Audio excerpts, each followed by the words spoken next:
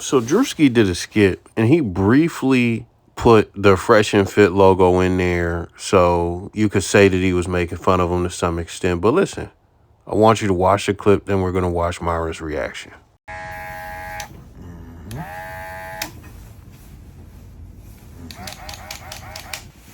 much are we?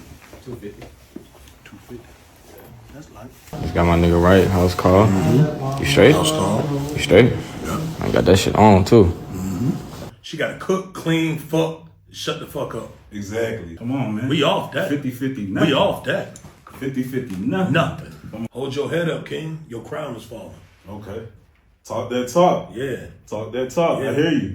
If you snooze, you lose. Could never be no sucker and fall victim to anything y'all niggas be having going on. Motion is the key. First thing first in the morning, you gotta get up and get you some money, and if you ain't,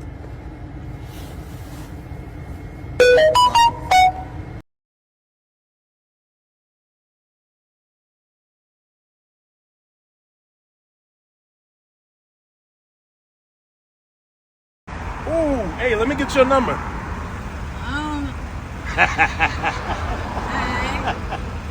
Yeah, let me get that. Yeah, my son richer than a lot of y'all niggas, man.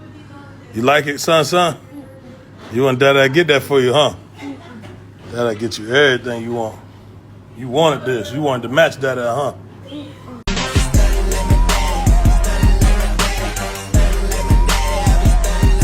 Look at him, just like his daddy, boy. You love that money, huh? I want to play the game. You want what? I want to play the game. Uh-huh.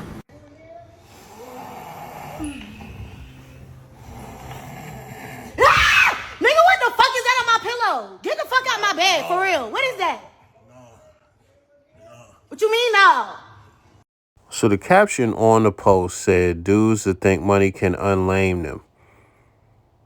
That's what the caption says. Now, I want you to think about what you just seen in that video. The way he was talking, him running around with his son, him getting his hairline spray painted on, him, leaving his hairline all on a pillow, all that stuff that you seen in that video, the lives and stuff like that. Do you think that he was spoofing as Fresh? I would say no. Now, when you get past that, do you think he was spoofing as Myron? Absolutely not, because Myron is not a fly guy at all. Neither one of them dudes have kids. So there was just a brief moment where he had the Fresh and Fit podcast logo on the screen, and he was talking some, a bitch better be cooking and cleaning. He didn't even say anything condescending about them two, and he wasn't even playing them as a character, and he wasn't even going crazy. But watch Myron's response. Yeah, Druski made a video on us, that fat bastard. It's funny because he makes that video talking shit, right? And it's like, bruh, you're too much of a coward to even come on our show because of your sponsors and brands. But you want to sit here and talk shit about us when we're giving people real advice. I mean, if you took our advice, you wouldn't have wifed up hoe-ass Ruby Rose. That's fucking embarrassing. Dude's putting videos out, kissing her and doing vacation, all this other shit. He could sit there and say it was a marketing scheme all day. Bro, that's still, those were your lips on her though, nigga, and that girl's a whore. So that's a L. That's a big fucking L. Over here promoting this big fucking thought. Wifing her up. Even if it's for marketing, it's a L. And you're fat at the end of the day. So, bro, if you're fat, it's an auto L. I don't take nobody that's serious that's fat. How you 300 pounds trying to talk shit about me, bro? Talking about enhancers. Bro, if I was president of the United States, I'd have your fat ass in a concentration camp, nigga, where you can concentrate on diet and exercise, you fat fuck. Holy shit, man. Fat niggas sitting here talking shit about me, bro. We'll take y'all niggas serious. You guys are second-class citizens in my society, bro. In my eyes, you niggas are third-class citizens.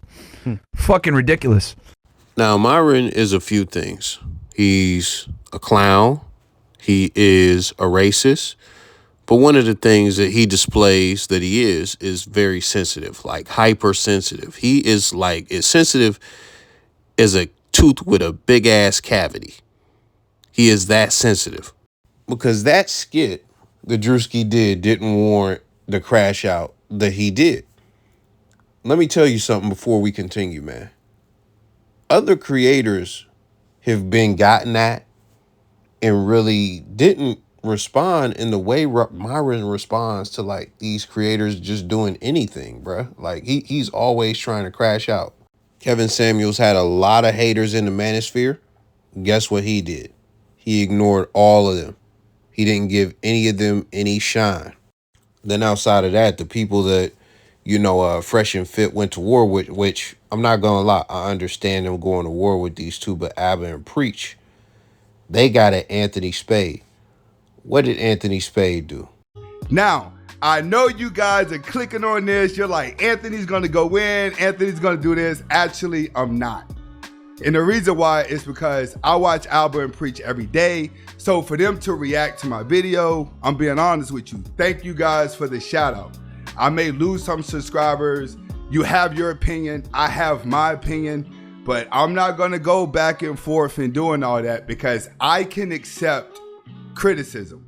I can accept what people think about me. I've told guys a lot of time, I can take pretty much anything that someone says about me, and I'm not going to take it personal.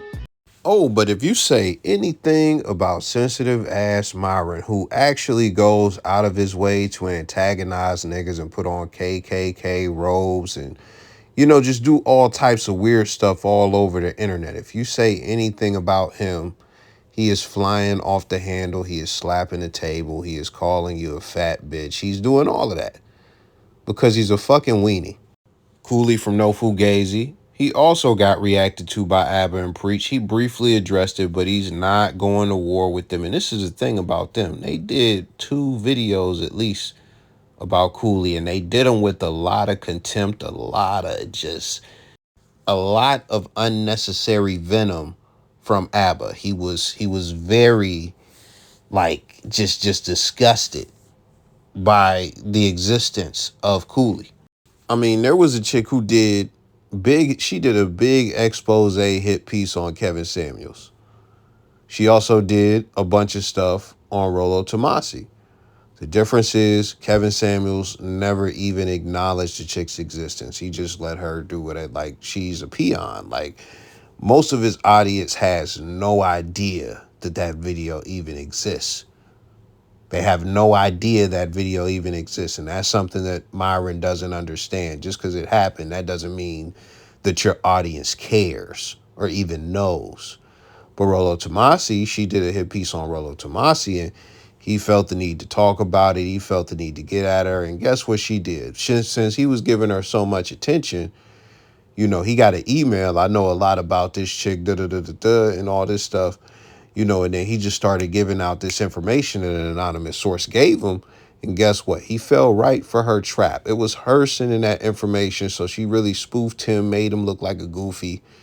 And that's what it is. Like just dudes really having emotional reactions, et cetera, et cetera. Now, I'm sure I could find a bunch of other instances like this. And when it comes to Fresh and Fit with the Abba and Preach stuff, or when it comes to Rollo with that girl, I'm not mad at them in those situations for getting back at the other person because they were actually under attack. But everybody that attacks you, it doesn't warrant a response. So that's the first thing. But when we get to this Druski thing, this Druski incident, this highlights something a lot bigger when we talk about Myron and just his historic chronic sensitivity. His chronic sensitivity. He's known for doing the Frank Castle. He's known for getting emotional and kicking chicks out the studio for literally no reason. He's known for being the one that starts tweaking for over nothing, over light stuff. He had to begin to calm down over the years and stuff like that, but it's still in him. It's still in him. He is hypersensitive. And for somebody who says so much about so many people, you are that sensitive that you can't take being included in a joke and the shit is not really even centered around you and nothing condescending is really said about you in the joke. You want to crash out and start calling the dude all types of XYZ fat and all that, bruh. The crazy part, this is the sad part. Fresh be out networking. He get people like Safari to come on and stuff like that. And I'm sure if there was any networking, I would guess that it came through Fresh as far as Druski is concerned. Did you notice that Fresh didn't say anything about Druski in that clip? Did you notice that? Because it's getting to the point where he's the smart one. Isn't that crazy? He's the smart, like, I know you've seen the videos about him stumping Myron in the debate and shit like that. But listen, it's gotten to the point where all Myron does is just tear down what they are building or what they have built. And I guess you could say that that's fine because he built it. But at the end of the day, man, you know, Fresh is going down with it. The fucking cast, as far as the people in the background who do all the fucking, you know, mics and all that shit, you know, they going down with it. So it's like, bruh, like y'all could really just get some money if you just be cool. But this is the issue. You ready? You ready? And I just gotta be real. These are not cool niggas. These are not cool niggas. And I hated to do that and bring all of them into it. But when I say that, you have to understand, like, some of them, they might be some type of cool. They was the one dude behind the scenes, he seemed like a cool nigga, like. But when we talk about this, like, Fresh, he might be cool to some, a lot of them might be cool to some. Myron has zero fucking cool in his body. He's actually not a cool nigga. He's actually not. So when it comes down to it, he can't stick to the script and just get the money. No, he has to crash out. He has to get banned from every platform. He has to go as an Arabic African, hang out with white supremacists and defend white supremacists because he's a fucking idiot. That's all I got for today, man. I don't really care, man. Hey, man, one more thing I'm going to say, man. The dude, because it goes back to, like, you know, his chronic, you know, emotionalism and stuff like that, his sensitivity. Other content creators like Playback and stuff like that were making videos about them and laughing and stuff like that, which Playback is a channel that they don't even upload on that channel anymore at this point. So he could have just ignored that and kept it moving and everything would have been fine. But they decided to go to war and just lash out at them. But it's not only that. What he started to do was he tried to get everybody copyright strikes for any piece of footage that they had from his YouTube show. And it was like, really, he was going at Aber and Preach. And I'm pretty sure they was going at H3 as well. So smaller channels were getting cooked. But as far as Playback and H3 and Aber and Preach, those are bigger channels. So all of those people came out on top when it came to Myron trying to get the copyright strikes and that being a part of the war. Like, he was so sensitive. He just went to that extreme to get stuff cut down. And listen, in most YouTube communities, in most YouTube lanes where people get on camera and talk, if people react to your content and you try to put a copyright strike on them because you are mad, that is going to reflect badly on you within YouTube, and not just your community or just the community, but it's going to reflect badly on you with the company. And that's how come you see a lot of demonetization and things like that, you know, because that's the type of attention they brought on themselves. So that's all I got for today, man. Let me know your thoughts. I'm going.